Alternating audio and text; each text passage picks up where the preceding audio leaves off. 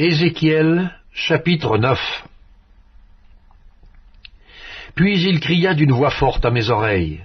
« Approchez, vous qui devez châtier la ville, chacun son instrument de destruction à la main. » Et voici, 6 hommes arrivèrent par le chemin de la porte supérieure, du côté du septentrion, chacun son instrument de destruction à la main. Il y avait au milieu d'eux un homme vêtu de lin et portant un écritoire à la ceinture. Ils vinrent se placer près de l'autel d'airain. La gloire du Dieu d'Israël s'éleva du chérubin sur lequel elle était, et se dirigea vers le seuil de la maison.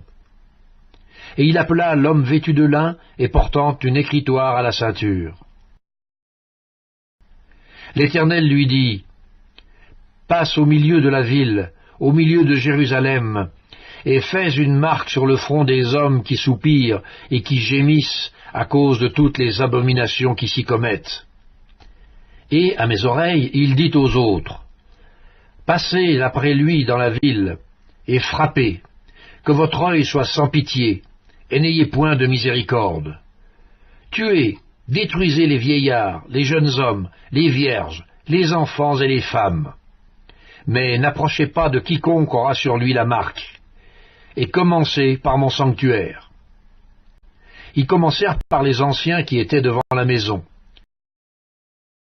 Il leur dit, « Souillez la maison, et remplissez de morts les parvis.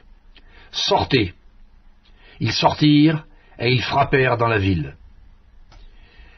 Comme ils frappaient et que je restais encore, je tombais sur ma face et je m'écriais, « Ah, Seigneur éternel, détruiras-tu tout ce qui reste d'Israël en répandant ta fureur sur Jérusalem ?»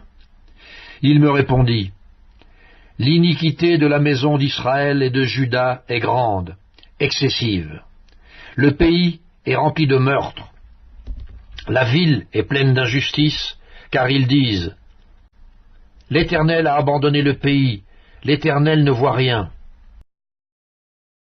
Moi aussi je serai sans pitié, et je n'aurai point de miséricorde. Je ferai retomber leurs œuvres sur leurs têtes. Et voici, l'homme vêtu de lin et portant une écritoire à la ceinture rendit cette réponse. « J'ai fait ce que tu m'as ordonné. »